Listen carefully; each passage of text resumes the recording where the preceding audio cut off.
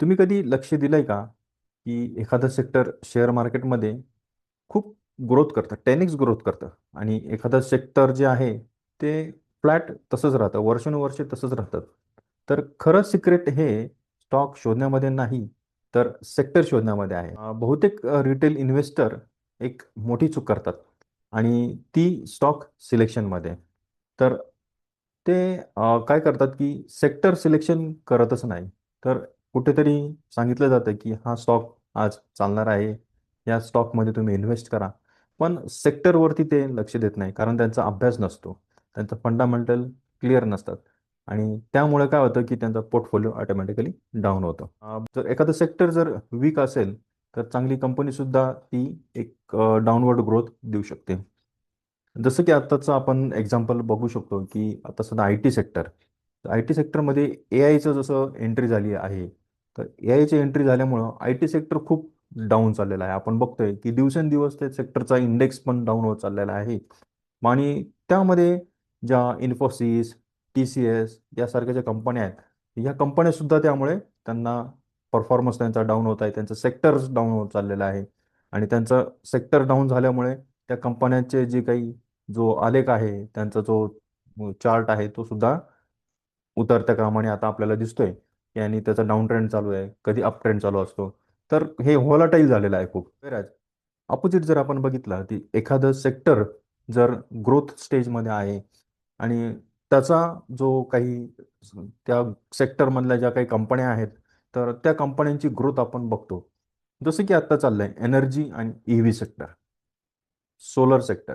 तर ह्या सेक्टरमध्ये आपण बघतोय, की जसं हे सेक्टर परफॉर्म करत आहे, तर त्या कंपन्याही त्याप्रमाणे ग्रोथ घेत आहेत. तर हे आहे एक सेक्टरचं एक जस्ट ॲनालिसिस, छोटंसं एक ॲनालिसिस. त्यामुळे सेक्टर चॉईस करणं खूप गरजेचं आहे. सेक्टरच्या दिशेने जर आपण गेलो आणि त्याच्या स्टॉक जर आपण निवडले, तर नक्कीच आपल्याला स्टॉक मार्केटमध्ये एक चांगला पोर्टफोलिओ आपल्याला निवडता येतो. समजून घेण्याकरता आपण काही ग्राफिकल रिप्रेझेंटेशनद्वारे मी तुम्हाला काही दाखवत आहे. समजून मित्रांनो, हे शोधण्याकरता आपल्याला पहिले तर निफ्टीच्या इंडायसेसमध्ये जायचं आहे. निफ्टी इंडायसेस काय आहे हे पहिले आपण समजून घेऊया. निफ्टी इंडायसेस म्हणून एक आपल्याकडे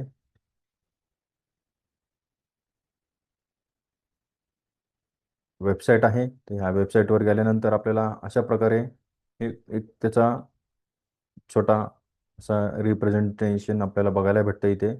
तर यामध्ये आपल्याला दिसतंय की टोटली हा जो रिप्रेझेंटेशन आहे, हा ग्राफ आहे. तर हा याच्यामध्ये आपल्याला दिसतं इथे की निफ्टीचं सगळं याच्यामध्ये ही निफ्टी 50 आहे, निफ्टी 150 आहे, निफ्टी मिड कॅप आहे, निफ्टी 500 आहे. तर इथे सेक्टरियल दिलेलं बघा. हे हे ब्रॉड मार्केट आहे निफ्टीचं.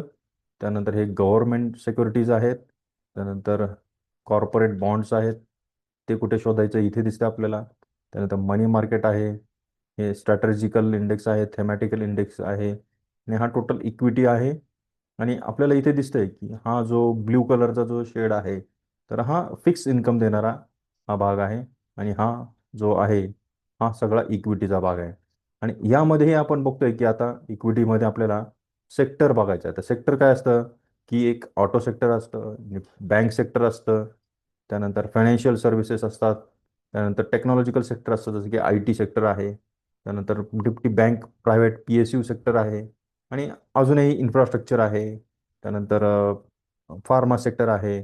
तर असे खूप सेक्टर्स यामध्ये आहेत आणि आपल्याला तो एक्सप्लोर करायचा आहे, की आपण कुठल्या सेक्टरमध्ये आपण इन्व्हेस्ट करणार आहोत आणि त्यातल्याच आपल्याला कंपन्या आपल्या पोर्टफोलिओमध्ये घ्यायच्या आहेत आणि आत्ताचा जो काळ आहे, तर तो आपण शोधायचा आहे, की आपल्याला कुठलं सेक्टर यामध्ये आपल्याला बेस्ट वाटतंय. तर आजच्या या घडीमध्ये आपल्याला दिसतंय, की जसं दिसतंय आपल्याला, की युद्ध चालू आहे आजूबाजूला. आपल्याला इराण, अमेरिका आणि मिडल ईस्टमध्ये जे काही युद्ध चालू आहे, तर या काळामध्ये आपल्याला असं दिसतंय, की डिफेन्स सेक्टर आपल्याकडे जोरदार चालू आहे. डिफेन्स सेक्टरचे सगळे स्टॉक्स सध्या चांगल्या पद्धतीने अप ट्रेंडमध्ये आहेत. तर अशा प्रकारे आपण एक्सप्लोर करू शकतो. प्रत्येक वेळेस आपल्याला वेगवेगळ्या प्रकारच्या सेक्टरमध्ये आपण एंट्री करून आपण त्या स्टॉकमध्ये एंट्री करू शकतो. तर आपल्यापुढे एक छानपैकी एक सेक्टर ॲनालिसिसचा आपण एक ओळख बघणार आहोत, की यामध्ये आपल्याला बघायचं आहे की वाढणाऱ्या उद्योगांची ओळख कशी करायची हे आपण ह्या भागामध्ये आपण आज बघणार आहोत. तर हे सगळं बघण्याकरता तर पहिले तर मी तुमचं स्वागत करतो. नमस्कार. तर पुन्हा एकदा तुमचं स्वागत आहे या यूट्यूब चॅनलवरती. तर ह्या भागामध्ये आपण बघणार आहोत की सेक्टर्स ॲनालिसिस आपण करणार आहोत आणि सेक्टरमध्ये आपण कुठल्या कुठल्या कंपन्या आपल्या पोर्टफोलिओमध्ये असायला पाहिजे आणि कशा बघायच्या, तर ह्या भागामध्ये आपण ते व्यवस्थितपणे बघणार आहोत. तर चला बघूया की सेक्टर ॲनालिसिस नेमकी म्हणजे काय, की यामध्ये ज्या वाढणाऱ्या उद्योगांची ओळख आपण कशी करायची. तर लाँग टर्म इन्व्हेस्टमेंट करता आपल्या हे खूप महत्त्वाचं आहे. तर यामध्ये आपल्याला आपल्याला असं दिसतंय आपल्यासमोर की काही सेक्टरच आपल्या मल्टीबॅगर होतात. तर याचं काही मागचं कारण काय आहे आणि काही सेक्टर्स काही मल्टीबॅगर रिटर्न का देतात आणि काही काही स्थिरच का राहतात. तर हे कारण शोधणं आपणं गरजेचं आहे. काही ग्रोईंग सेक्टर आपण काही ह्या जवळच्या काळामध्ये आपण अनुभवले, जसे की आय टी, ईव्ही, फार्मा हे सेक्टर जवळपास 5 टाइम्स 10 टाइम्स आपल्याला वाढताना दिसले. तर काही सेक्टर्स हे वर्षानुवर्ष तसेच राहतात. तर मल्टी बॅगर बनण्यासारख्या कंपन्या कुठल्या आहेत? तर हे जर आपल्याला शोधायचं असेल, तर त्यासाठी आपल्याला योग्य सेक्टर कुठलं चालू आहे? तर करंट स्टेजला जर आपण एंट्री केली आणि एक्झॅक्ट त्या स्टेजला जर आपण एंट्री केली आणि आपण जर ते लोअरला असेल तो स्टॉक आणि एंट्री केल्यानंतर आपल्याला दिसतं की हा ग्रोईंग सेक्टर आहे आणि कालांतराने आपल्याला दिसतं की 2 महिन्यात 3 महिन्यात फर्स्ट क्वार्टरमध्ये 6 महिन्यामध्ये तो मल्टीबॅगर होण्याच्या दिशेने त्याची वाटचाल चालू होते आणि बघता बघता तो 5 टाइम्स 10 टाइम्स आपल्याला रिटर्न देऊन जातो. तर असे सेक्टर्स आपल्याला शोधणं गरजेचं आहे. तर ते सेक्टर शोधण्याकरता आपल्याला पहिला तर आपला अभ्यास करणं फार गरजेचं आहे. म्हणजे त्या कंपनीचं फंडामेंटल्स, टेक्निकल्स, तर हे चार्ट बघितल्याशिवाय आपल्याला हे लक्षात येऊ शकत नाही. तर त्याचे काही सेक्टर्समधले काही की इन्साइट्स आहेत, फंडामेंटल्स आहेत, तर ते आपण शोधणं गरजेचं आहे. स्टॉक व्हर्सेस सेक्टरचा फोकस जर आपण बघतोय, की अनेक गुंतवणूकदार फक्त स्टॉक निवडण्याकडेच लक्ष देतात, पण सेक्टर महत्त्वाचं काय आहे, तर हे ते बघत नाहीत. तर फक्त स्टॉक निवडणं त्यांना खूप सोपं वाटतं, एखादा स्टॉक घेतला आणि त्यामुळे तर ते मोठं चित्र बघत नाहीत. स्टॉक त्याची एक सायकल आहे, तर ती सायकल समजून घेणं आपण गरजेचं आहे. तर पहिली सायकलमध्ये आपण जर बघितलं, की सिलेक्शन का यांचं चुकीचं होतं, त्यांचा फोकस त्या सेक्टरकडे होत नाही.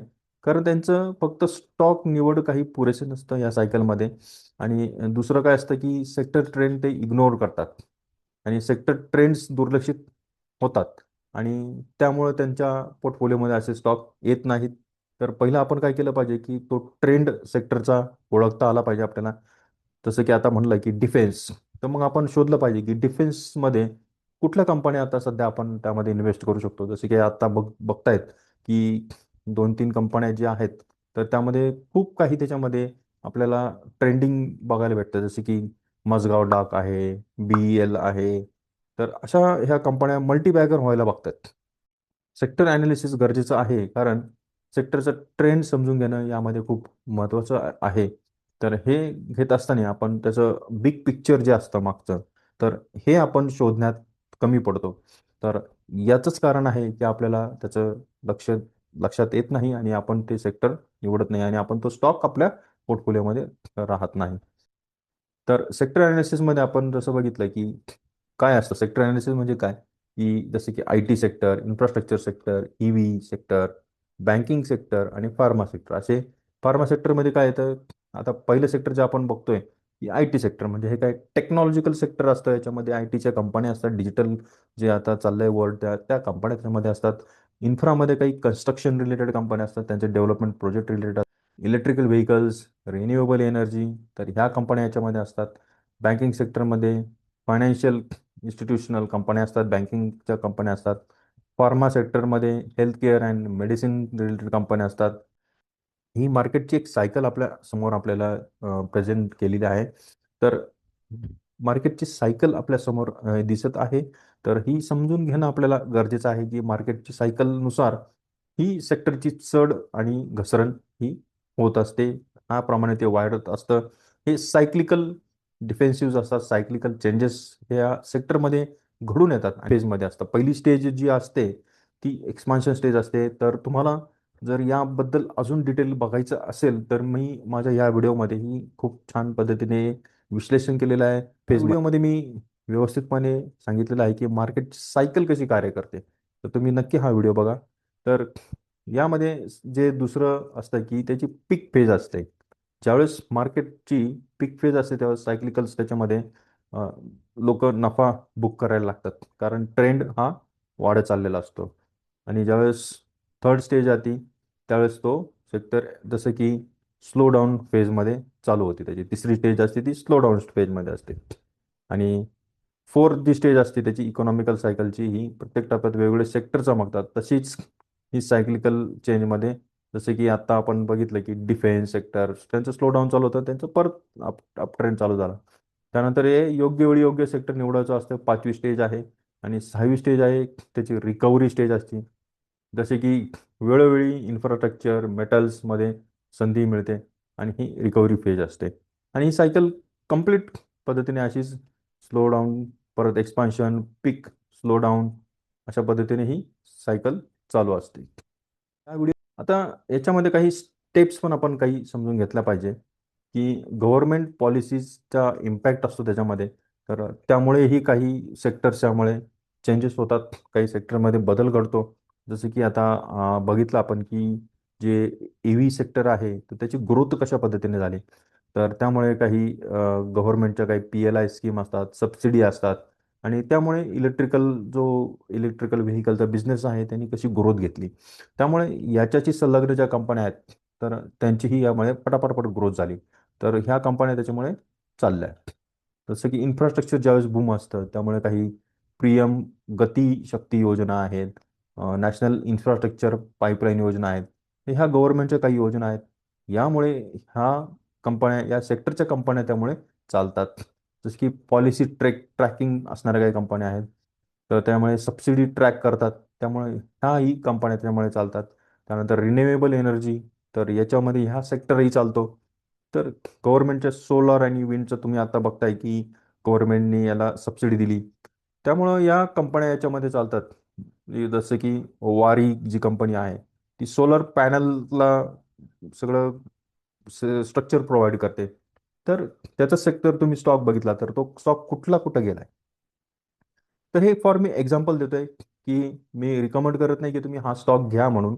तर हा माझा एक अभ्यासाचा भाग आहे, हे एवढं समजा तुम्ही. माझं काही रिकमेंडेशन नाही आहे. तर तुम्हाला इन्व्हेस्टमेंट जर करायची असेल तर नक्कीच तुम्ही तुमच्या फायनान्शियल ॲडवायझरशी चर्चा करूनच तुम्ही इन्व्हेस्ट करा. जसं की रिन्युएबल एनर्जी सेक्टर आहे, इन्फ्रास्ट्रक्चर आहे, EV सेक्टर आहे, ह्याच्यातल्या कंपन्या तुम्ही शोधू शकता. मी फक्त कंपन्यांची नावं इथे तुम्हाला सूचित करू शकतो, पण इन्व्हेस्टमेंटचा डिसिजन हा तुमचा असेल. त्यानंतर काही इकॉनॉमिक ट्रेंड्स यामध्ये दिसतात की जसं की डिजिटलायझेशन हा एक ट्रेंड आला होता. त्यामुळे डिजिटल पेमेंट्सच्या काही कंपन्या आहेत. त्यामुळे कॉमर्स ज्या प्रोव्हाइड करणाऱ्या कंपन्या होत्या त्यांची आपल्याला ग्रोथ होताना दिसली. त्यानंतर AI, जसं आता दिसतंय आपल्याला की AI ऑटोमेशन सेक्टर, डेटाबेस. त्या AIचं जर आपल्याला आता आजच्या घडीमध्ये जर बघितलं की AIच्या कंपन्या खूप आहेत, पण त्याचा जो डेटाबेसचा सर्व्हर आहे तर तो फक्त काही मोजक्याच कंपन्या, काही मोजक्याच कंट्रीजमध्ये आहे. जसं की आपल्याला दिसतं की अमेरिकेमध्ये सध्या खूप मोठा AIचा डेटा सेंटर आहे आणि भारतामध्ये फारच मोजक्या कंपन्या आहेत. मग आता हा आपण शोधू शकतो, एक्सप्लोअर करू शकतो की भारतामध्ये आता नेमकी कुठल्या कंपन्या याच्यामध्ये येऊ शकतात. जसं की आता आपण बघितलं की AI समिट झालं दिल्लीमध्ये, तर खूप काही कंपन्या याच्यामध्ये इंटरेस्टेड आहेत. तर बाहेरच्या कंट्रीजचे पण आपल्या भारतामध्ये आले, त्याने त्यांच्या इंटरेस्ट दाखवला भारतामध्ये इन्व्हेस्टमेंट करण्याचा. तर अशा वेळेस आपण ह्या कंपन्या शोधल्या पाहिजे. डेटा सेंटर ज्या आपल्या प्रस्थापित करू इच्छित आहे भारतामध्ये, तर नक्कीच यांचा जो फायदा आपल्या इन्व्हेस्टर्सला होणार आहे, आपल्या भारतीय लोकांना होणार आहे, भारतीय इन्व्हेस्टर्सला होणार आहे. तर खूप मोठा डेटा सेंटर आपल्या भारतामध्ये उभारू पाहत आहेत. चेन्नई, मुंबई, त्यानंतर गुजरात, तर पूर्ण भारतामध्ये हा सेक्टर खूप उभारू पाहतोय. तर नक्कीच हा सेक्टरवर आपण लक्ष द्यायला हवं. त्यानंतर clean energy, solar energy, EV sectors याची मागणी वाढते. त्यामुळं या सेक्टरमध्येही आपण खूप बघितलं पाहिजे, इन्व्हेस्टमेंट केलं पाहिजे. तर ग्लोबल ट्रेंड्स जसे वाढतात, जागतिक ट्रेंड्स भारतीय बाजारावरती परिणाम करतात. तर ह्या इकॉनॉमिक ट्रेंड्सचा आपल्या इन्व्हेस्टमेंटवरती परिणाम होतो. आणि या परिणाम होत असताना तर कुठले सेक्टर्स आपण शोधायला पाहिजे, तर याचंही आपल्याला ज्ञान असणं गरजेचं आहे. त्यानंतर इंडस्ट्री ग्रोथ रेट ही तिसरी स्टेप आहे. तर याच्यामध्ये कंपाऊंडेड अॅन्युअल ग्रोथ रिटर्न जर आपण बघितलं की आतापर्यंत जर जे आपण आय टी सेक्टर याच्यामध्ये डिजिटलायझेशन झालं, तर या पिरियडमध्ये जवळपास 18 ते 22% एवढं CAGRने आपल्याला त्यामुळे रिटर्न भेटलं. त्यामुळे हा सेक्टर त्यावेळेस चालला. त्यानंतर फार्मा सेक्टर, तर हा जवळपास 10 ते 14% रिटर्न देतो. त्या- हे ॲनालिसिस आहे. हेल्थ केअरचं डिमांड वाढलेले असते, इन्फ्रास्ट्रक्चरचं पण याच जवळपास 15 ते 18%च्या आसपास रिटर्न मिळालेलं आहे. त्यानंतर इथं EV आणि क्लीन 25 ते 30%ने आपल्याला ते रिटर्न भेटलेलं आहे CAGRचं. त्यानंतर बँकिंग अँड फायनान्सचं जवळपास ॲव्हरेज रिटर्न आपल्याला 12 ते 15%च्या आसपास भेटलेलं दिसतंय. तर हा एक इंडस्ट्रीचा ट्रेंड आहे. तर हा मी तुमच्या समोर सादर केला आहे. मी रिअल एक्झाम्पल देत आहे की दिसतंय आपल्याला की काही सेक्टर्स आहेत त्यामध्ये, जसं की यशस्वी सेक्टर झालेले आहेत आपल्यासमोर दिसत आहे, जसे की IT सेक्टर आहे, रिन्युएबल एनर्जी सेक्टर आहे आणि EV बरेच काही आहेत. तर IT सेक्टरमध्ये आपल्याला असं दिसतंय की TCS, इन्फोसिस सारख्या कंपन्या आहेत, तर त्यांनी जवळपास गेल्या 20 वर्षामध्ये 100 टाइम्स रिटर्न दिलेला आहे. त्यानंतर रिन्युएबल एनर्जीच्या कंपन्या आहेत, तर त्याच्यामध्ये या सेक्टरमध्ये गेल्या 5 वर्षामध्ये जवळपास 25% CAGRने यांनी रिटर्न दिलेला आहे. EV इंडस्ट्रीमध्ये जसे की टाटा, TVS, बजाज या कंपन्यांचे लीडर्स आहेत त्याच्यामध्ये. तर याच्यातली सगळ्यात जास्त टाटा मोटर्स यांनी खूप मोठं चांगलं रिटर्न दिलेलं आहे. 2x रिटर्न यामध्ये दरवर्षी वाढताना दिसली इलेक्ट्रिकल व्हेकल्समध्ये. त्यानंतर बँकिंग सेक्टरमध्ये आपण बघू शकतो की जसे की ICICI आहे, HDFC आहे, या प्रायव्हेट कंपन्यांनी 15%च्या वर अॅन्युअल ग्रोथ रिटर्न दिलेला आहे. त्यानंतर फार्मा सेक्टरमध्ये कोविड नंतरचा जो काही पिरियड आला, त्यामध्ये API आणि जनरक फार्मामध्ये चांगली मोठी वाढ होताना आपल्याला दिसली. तर यामध्ये आपल्याला जर विश्लेषण जर आपल्याला करायचं ठरलं, तर मित्रांनो आपल्याला मी काही टूल्स देत आहे. तर हे टूल्स आपल्याला सेक्टरचं विश्लेषण ॲनालिसिस करण्यासाठी आपल्याला वापरणं खूप गरजेचं आहे. की निफ्टी सेक्टोरियल इंडायसेस जर बघायचे असेल तर सेक्टोरियल परफॉर्मन्स जसं मी तुम्हाला दाखवला, की निफ्टी इंडायसेसच्या वेबसाईटवरती जाऊन तुम्ही त्याचा परफॉर्मन्स ट्रॅक करू शकता तुम्ही. त्यानंतर screener.in ही जी वेबसाईट आहे, तर यामध्ये प्रत्येक कंपनीचा डेटा आहे, तो डेटा तुम्ही बघू शकता. त्यानंतर इंडस्ट्रीचे रिपोर्ट्स ताज्या अहवालांसाठी तुम्ही बघू शकता. ट्रेडिंग व्यू नावाचं एक म्हणजे हे आहे, चार्ट बघण्यासाठी सॉफ्टवेअर आहे. तर ते फ्रीली अवेलेबल आहे. तर तेही तुम्ही एक्सप्लोअर करू शकता. त्यामध्ये टेक्निकल ॲनालिसिस चांगल्या प्रकारे करू शकता. चार्ट्स बघू शकता वेगवेगळे. त्यानंतर बाजार डेटा बघण्यासाठी तुम्हाला मनी कंट्रोलची एक वेबसाईट आहे. तर तेही तुम्ही एक्सप्लोअर करू शकता. मध्ये काही सामान्य गुंतवणूकदार आहेत, तर ते काही चुका करतात. तर त्या चुका आपण झाल्या नाही पाहिजे. तर याच्यासाठी तुम्हाला एक अवेअरनेस झालं पाहिजे याच्यामध्ये.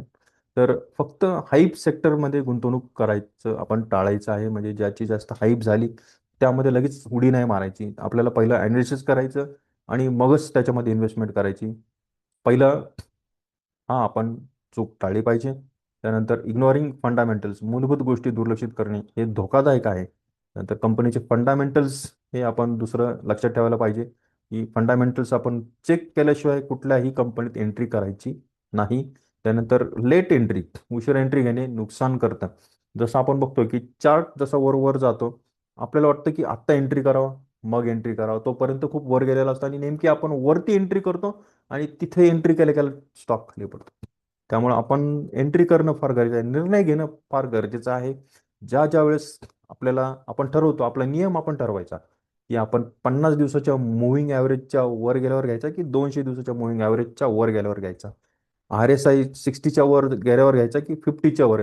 हा नियम तुम्ही तुमचा ठरवायचा आणि त्या मोमेंटला तुम्ही तो एंट्री करायचा. आणि त्याच नंतर तुम्ही एंट्री केल्यानंतर तो स्टॉक तुमच्या पोर्टफोलिओमध्ये आला पाहिजे आणि तुम्ही किती टक्के प्रॉफिट त्याच्यामध्ये बुक करताय त्याच्यानंतर तुम्ही तो एक्झिट झाला पाहिजे. तर हे नियम तुम्ही तुमचे स्वतः लावले पाहिजे. आणि चौथी चूक असे करतात की त्याचं रिसर्च करत नाहीत. तर प्रत्येक स्टॉकचं, प्रत्येक सेक्टरचं रिसर्च 15 मिनटं का होईना तुम्ही करा. जर तुम्ही बिझनेसमध्ये बिझी असेल, त्यानंतर कोणी नोकरी करत असेल, कोणी हाऊसवाईफ असेल, तर मित्रांनो 15 मिनटं जर तुम्ही नक्कीच साठी जर तुम्ही तुमच्या जीवनातले 15 मिनटं जर रोज दिले, तर नक्कीच तुम्हाला याचा फायदा तुमच्या जीवनात पुढे हा कंपाऊंडिंग होऊन तुमच्या जीवनात येणार आहे. तर त्याच्यातले आजच्या या भागातले की टेकवेज जर मी तुम्हाला सांगितले, तर सेक्टर सिलेक्शन स्टॉक सिलेक्शनपेक्षा इक्वेलिटी इम्पॉर्टंट आहे. हे खूप महत्त्वाचं आहे, एक नंबरचा. त्यानंतर ग्रोईंग इंडस्ट्री आयडेंटिफाय केल्यास रिटर्न मल्टिप्लाय होऊ शकतं, हे 2 नंबरचं. तिसरं असेल आपला ह्या टेकवेज यामध्ये की मॅक्रो ट्रेंड्स ऑब्झर्व्ह करा. त्यानंतर स्मार्ट मनी मुवमेंट्स लक्षात ठेवा. त्यानंतर लाँग टर्म इन्व्हेस्टमेंटसाठी सेक्टर ॲनालिसिस पॉवरफुल टूल आहे. पुढील 5 वर्षामध्ये तुम्हाला कुठलं सेक्टर हे ग्रोईंग सेक्टर असेल असं तुम्हाला वाटतं? ईव्ही सेक्टर ग्रोथ होईल असं वाटतं, की रिन्युएबल एनर्जी वाटते, की एआय टेक्नॉलॉजी वाटते, की बँकिंग सेक्टर वाटते? कॉमेंटमध्ये मला नक्की कळवा. व्हिडिओ जर तुम्हाला हा हेल्पफुल वाटला असेल तर लाईक करा, शेअर करा आणि सबस्क्राईब करायला विसरू नका. तर पुढील व्हिडिओमध्ये आपण बघणार आहोत की भारतातील 5 मल्टीबॅगर सेक्टर कोणते आहेत. तोपर्यंत शिकत राहा, बघत राहा. धन्यवाद.